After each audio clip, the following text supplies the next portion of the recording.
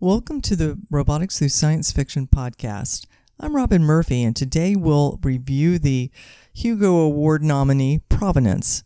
Provenance is the latest book from Ann Leckie, whose Ancillary Justice series, also called the Imperial Radch series, swept the Nebula and Hugo Awards. Provenance has been nominated for a 2018 Hugo Award, one of two nominees with a significant robotics theme. The plot goes something like this. An insecure ingenue in the tradition of Alfred Hitchcock's Rebecca, Suspicion, or Notorious classic movies gets involved in a major geopolitical scandal over fake antiquities. What if her planet's equivalent of the Constitution, the Bill of Rights, and the Liberty Bell were forgeries? And not particularly good ones. Provenance is not a continuation of the Imperial Radch series, but it is set in the same universe and time frame. Indeed, the protagonists on the planet Way are not wild about the Radch in general, and specifically not thrilled with them committing all of humanity to a treaty with the Gek and other aliens without asking. There's a thoughtful review of Provenance in the LA Review of Books, which focuses on historicity, the history analog of Stephen Colbert's Truthiness, where an object is a historical relic to the degree people believe it is, not whether it's actually authentic. The review cleverly connects Leckie's historicity theme to Philip K. Dick's Man in the High Castle. Certainly, Amazon's wonderful version of The Man in the High Castle has emphasized the fakes reproductions theme, with Brendan Brown's portrayal of the fussy antiques dealer, Robert Childane, catapulting a minor character into a major fan favorite. While Provenance's plot revolves around historicity, the science narrative revolves around teleoperation. Everyone, human and alien, uses robots called mechs to accomplish mundane tasks or big ones like managing spaceships. The mechs have converged on a spider-like morphology with multiple legs and multiple cameras mounted on articulated eye stalks. Like tarantulas, the legs often have claws for feet, adding to that sense of creepy otherness. It is nice to see function win over form. The multiple legs and eye stalks have definite advantages versus that standard humanoid surrogate that's typically found in fiction. One advantage to the spider shape is the flexibility in using the legs as arms and adapting its shape and locomotion to the task at hand. Essentially, the spider mechs are highly polymorphic, or many-shaped.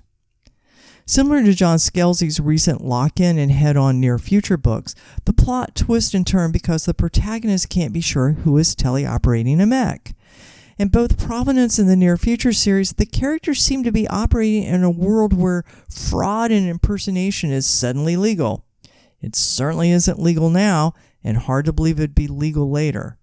As legal expert Ryan Calo, who we've interviewed on previous podcasts, told me recently, the real legal question for the future is whether the robot manufacturer would be held liable for not preventing the impersonation or for making it sufficiently hard to engage in that sort of deception.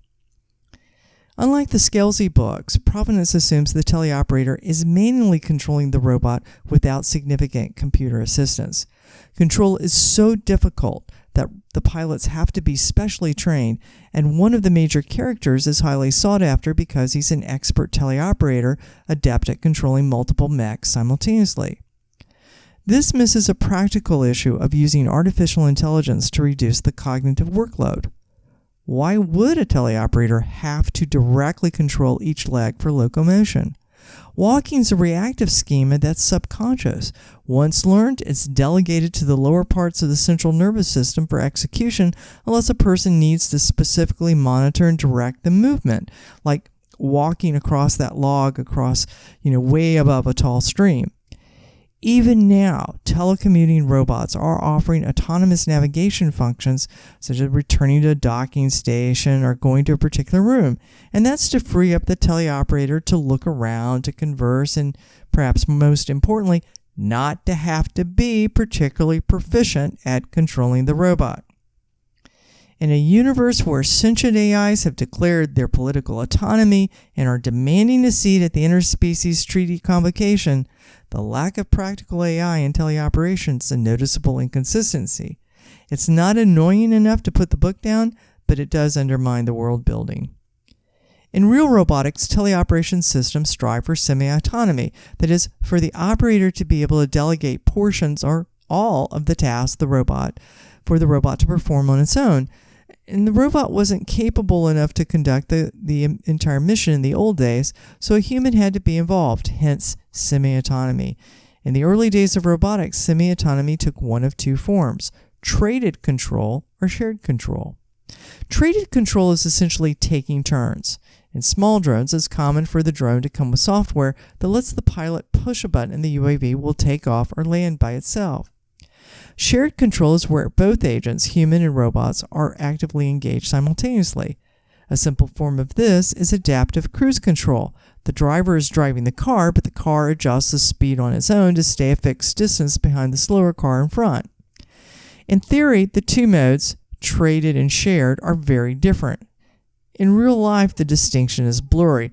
The person's always responsible, so traded control is often a delegated, but I have to keep an eye on you type of control. So it's really a passive shared control where the human is monitoring performance in the robot.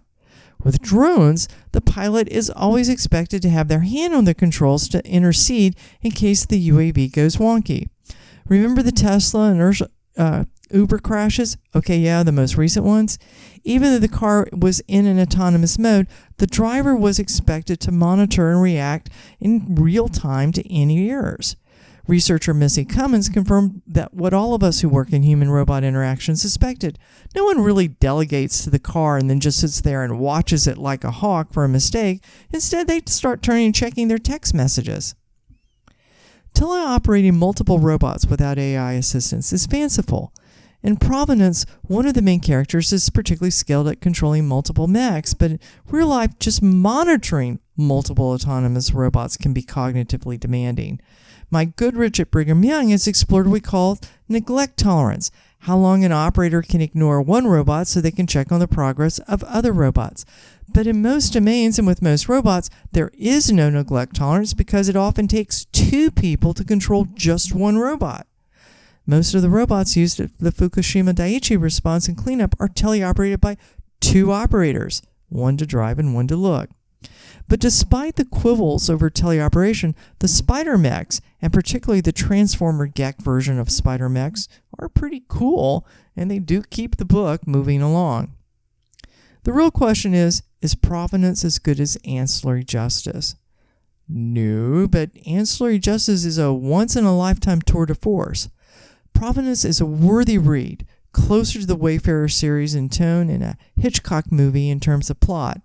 But Leckie's literary stiletto quietly draws blood as it forces the reader to consider how much of history, and our own personal history, is based on a consensual hallucination of what's real and what matters. Be sure and sign up for our Robotics Through Science Fiction YouTube channel and newsletter so you will get alerts and won't miss any reviews. And until next time, enjoy.